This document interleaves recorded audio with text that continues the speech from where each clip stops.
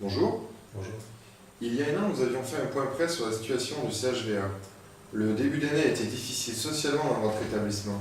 Qu'en est-il aujourd'hui? Eh bien aujourd'hui c'est toujours aussi difficile. Fin 2016, un nouveau directeur a été nommé au CHVA et hasard ou coïncidence, les méthodes de management se sont durcies. Alors vous ajoutez à cela un personnel fatigué par des sous-effectifs sur le terrain, un auto-remplacement excessif qui amène à être fréquemment appelé sur les temps de repos, des arrêts de travail régulièrement non remplacés, le manque aussi de considération. Et du coup, donc, on a fait une intersyndicale qui s'est créée au mois de janvier et il y a eu 4 jours de grève. En comparaison, en 10 ans, il y a eu seulement 2 jours de conflit local. Le directeur avait pris des engagements qu'il n'a toujours pas respectés, à savoir la création d'un vrai pool de remplacement, une commission de médiation entre les agents et l'encadrement, une application claire de la charte du temps de travail. Non seulement ces engagements n'ont pas été respectés, mais en plus la direction a cassé les accords locaux pour n'appliquer que la réglementation nationale, et d'ailleurs que le directeur ne respecte pas entièrement, détricotant ainsi notre charte du temps de travail. Alors, nous ne baissons pas les bras, nous essayons de sensibiliser les citoyens sur l'importance des services publics de proximité, tels que le CHVA. Le personnel a vraiment besoin du soutien de la population. Nous avons aussi rencontré les élus majeurs de notre bassin pour faire état des difficultés que rencontre le personnel du quotidien. Vous évoquez des méthodes de management qui se sont durcies. Quelles sont-elles? Alors les exemples sont nombreux. Par exemple, la Haute Autorité de Santé a jugé que nous ne faisions pas assez de fiches d'incidence sur les pratiques soignantes. Alors sur le papier, nous n'y voyons pas d'inconvénient, si cela permet d'améliorer la sécurité et la qualité, mais si cela est fait d'une manière juste et pédagogique. Or, ce n'est pas tout à fait le cas. Vous avez des professionnels qui se sont fait juger à tort, sans aucune vérification et parfois dans un esprit complètement délétère. Des professionnels ont été accusés à tort sur leur manière de travailler et ont attendu plusieurs semaines avant de savoir de quoi étaient basés les reproches. Certaines étaient en pleurs quand elles nous ont alertés. Alors nous avons innocenté plusieurs agents en faisant les vérifications nécessaires et que l'encadrement aurait dû faire. Ces méthodes ne sont pas normales. On parle aux agents comme s'ils avaient affaire à des scolaires. Ces agents ont été innocentés, mais aucune excuse ne leur a été présentée. Aujourd'hui, des collègues viennent travailler la peur au ventre avec l'impression d'avoir une épée de Damoclès au-dessus de leur tête. Il y a un autre exemple, la mobilité forcée. Comme vouloir obliger les infirmières de bloc opératoire, les IBOD, à remplacer dans les services alors qu'elles n'ont pas exercé en soins généraux depuis 20-30 ans. Changer les secrétaires d'affectation motive que c'est bien le changement. La direction c'est mieux que les agents, ce qui est bien pour eux. Il y a aussi des agents qui ont une quinzaine d'années, voire plus, d'activité dans une même spécialité et qui s'épanouissent toujours autant. Et bien, sous prétexte d'acquérir de nouvelles compétences, on les oblige à changer de spécialité. Alors que ces agents-là apportent de l'expérience dans un service, un savoir-faire, une référence aussi auprès d'étudiants. Les soignants ne sont pas tous faits pour travailler dans toutes les spécialités. Tout le monde ne peut pas, par exemple, travailler en SMUR, car il faut affronter parfois des situations dramatiques, comme dans des accidents de la circulation, où vous avez des jeunes victimes, des accidents domestiques dramatiques, des suicides. Tout le monde non plus ne peut pas travailler dans un service de soins palliatifs et accompagner des patients en fin de vie. Récemment, on a demandé à une infirmière de changer de service sous ce prétexte-là, après avoir travaillé une nuit en 12 heures. Quelques semaines plus tard, on lui demande de choisir de travailler en gériatrie de nuit ou en service palliatif. On fait ça à une infirmière, 40 ans de service, à 2 ans de la retraite, qui a peu d'absentéisme. Voilà le management aujourd'hui. Alors, est-ce que la direction chercherait-elle à vouloir un personnel malléable qui peut remplacer partout et à tout moment? En tout cas, ça déshumaniserait encore plus les soins. Et puis, tous ces exemples se retrouvent également dans bon nombre d'établissements de santé. En mars, une infirmière s'est suicidée à Paris. On lui a dit de travailler en néonatalité. Elle avait à plusieurs reprises signalé qu'elle ne se sentait pas capable de travailler dans cette spécialité.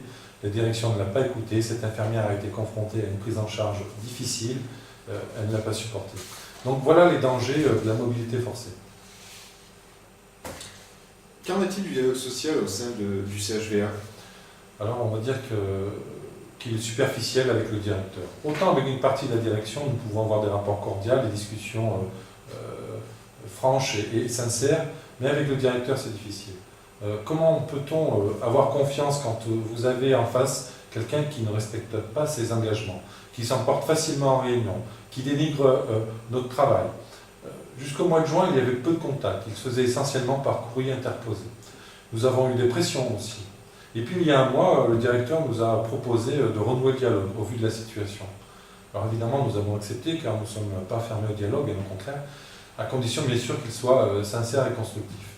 Alors nous avons eu quelques rencontres, mais dès que nous avions le dos tourné, le directeur s'empresse de nous calomnier auprès du personnel. Comme dire par exemple que nous sommes source de blocage, de saper le travail de la direction. Ce qui est totalement faux. Par la loi de santé et la loi Bachelot, le directeur aujourd'hui a tout pouvoir. Les syndicats ne peuvent donner que des avis. Bien sûr, nous aimerions avoir le pouvoir de blocage pour s'opposer par exemple aux semaines de 60 heures, pour ce qu'il y ait un vrai pool de remplacement. Vous demandez sa démission? Non, un syndicat n'a pas demandé à telle ou telle personne de démissionner. Une démission reste une démarche personnelle. Ce que nous demandons, avant tout, c'est un management respectueux et constructif, quitte à changer de direction. Hein. Mais bon, cette décision relève de l'ARS. En tout cas, on ne peut plus continuer dans ce climat, on va dire, suspicieux, délétère, qui au final ne sert les intérêts de personne. Alors, il ne faut pas oublier, l'État, les agences régionales de santé ont aussi leur part de responsabilité avec toutes les coupes budgétaires, les objectifs de rentabilité, la baisse des effectifs. Au bout du bout, les conséquences se font sentir sur la qualité, la sécurité et sur les offres de soins. Notre système de santé en France est vraiment mal en point. Alors pour Priva, nous l'avons toujours dit, notre établissement a du potentiel, un savoir-faire qu'il faut maintenir, voire développer. Bien sûr, à FO, nous apportons un soutien vraiment sans faille à tout le personnel, qu'il soit aux techniques, en buanderie, en cuisine, en pharmacie, au laboratoire, aux soins, aux cadres et même aux administratifs qui, malgré toutes les contraintes, toutes les pressions, font tous les jours leur possible pour maintenir un service public de qualité. L'État va mettre en œuvre la nouvelle réforme sur la tarification des EHPAD. Est-ce que cela va dans le bon sens?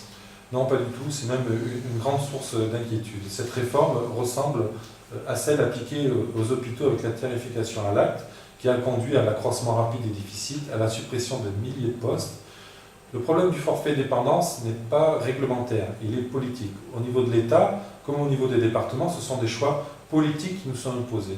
Et ces choix sont principalement économiques. Il faut réduire la sacro-sainte dépense publique. Alors les conséquences, nous les connaissons tous. Nouvelles charges pour les résidents, difficultés accrues pour le fonctionnement des EHPAD et, en dernière analyse, aggravation des conditions de travail pour les agents publics, tous statuts et grades confondus. Alors face à cette situation que nous dénonçons, il faut se prononcer contre la baisse drastique des dotations et s'oppose à la mise en place du forfait dépendance, dont les répercussions seront extrêmement graves pour les EHPAD, avec comme principale conséquence la disparition de milliers d'emplois, ce qui est totalement inacceptable. C'est pourquoi FO rejette une réforme qui aboutirait à supprimer des emplois dans les EHPAD publics, remettant en cause la qualité et à la sécurité de la prise en charge des résidents. Il est difficile aujourd'hui de travailler en maison de retraite tant les conditions de travail se sont dégradées. Ce sont des métiers qui touchent à l'humain, avec tout ce que cela comporte, n'oublions pas. Ces métiers ne sont pas assez reconnus malheureusement, et chez les résidents, il ne faut pas croire qu'ils viennent tous de gaieté de cœur dans ces établissements. Certains ont dû tout vendre pour payer leur maison de retraite. L'État veut instaurer le jour de carence dans les services publics comme c'est le cas dans le privé. Est-ce une bonne mesure? Il faut savoir que 75% environ des entreprises du privé, cette mesure n'est pas appliquée, bénéficiant d'accords de branche. Pour le service public hospitalier, nous avons la triple peine. Nous n'avons pas de 13e mois, mais une prime annuelle de présentéisme, c'est-à-dire qu'elle diminue dès le premier jour d'absence pour maladie. Ensuite, deuxièmement, comme l'agent aura été arrêté, il n'aura pas de reliquat qui sera versé au mois de juin. Et puis troisièmement, avec le jour de carence, vous aurez la triple peine. Un jour d'arrêt, 3 fois sanctionné. Et ce n'est pas parce qu'un petit nombre très minoritaire abuse d'arrêt maladie qu'il faut faire trinquer la majorité qui s'arrête rarement et pour de bonnes raisons. Le comité de gestion des œuvres sociales vient de subir une nouvelle fois des coupes drastiques. Force ouvrière a condamné vivement cette décision et une pétition nationale circule. Pourquoi ces coupes budgétaires? Alors effectivement, une pétition circule et les agents signent massivement. C'est normal, dans la santé, nous avons peu d'aides et peu de prestations et les agents tiennent beaucoup au CGOS. Le budget du CGOS est en diminution car il y a moins de contributions. Elle représente 1,5% sur l'ensemble des salaires des agents de la fonction publique hospitalière. Et comment on supprime les effectifs? Eh bien, il y a moins d'argent. Alors le plus grave, c'est que la Fédération hospitalière de France, avec un syndicat, en l'occurrence la CFDT, ont voté la diminution, voire la suppression des prestations. Ces gens-là ont-ils vraiment le sens des réalités? Par exemple, la prestation d'essai. passe de 673 € à 163 €, presque 500 € de différence. Mais savent-ils combien coûte un décès? Au bas mot, 3 000 €, et c'est le minimum. Ce n'est pas tout le monde qui peut se payer un contrat d'assurance obsèque. Alors quand il y a un décès brutal d'un proche, ces aides ont vraiment toute leur place. Il y a aussi la prestation maladie qui baisse, passant de 47 à 45%, qui permet de limiter la baisse de salaire pour les longues maladies. Et que dire de la suppression mariage, du coupon sport, de la prestation d'aide à la démarche d'adoption? Alors un syndicat n'a pas à voter pour la baisse de ces aides. Un syndicaliste est avant tout un représentant du personnel. Quand nous nous présentons aux élections professionnelles, c'est pour faire respecter les intérêts des agents, pour se battre pour l'amélioration des conditions de travail, obtenir des accords, mais en aucun cas faire le contraire. Les personnes qui ont voté ces mesures drastiques ne font pas du syndicalisme, mais de la cogestion. Merci pour cette interview. On peut voir que sur le terrain, c'est difficile et que beaucoup de choses restent à faire. Merci à vous. C'est important de dire les choses en toute transparence, en toute liberté, et puis surtout en toute indépendance.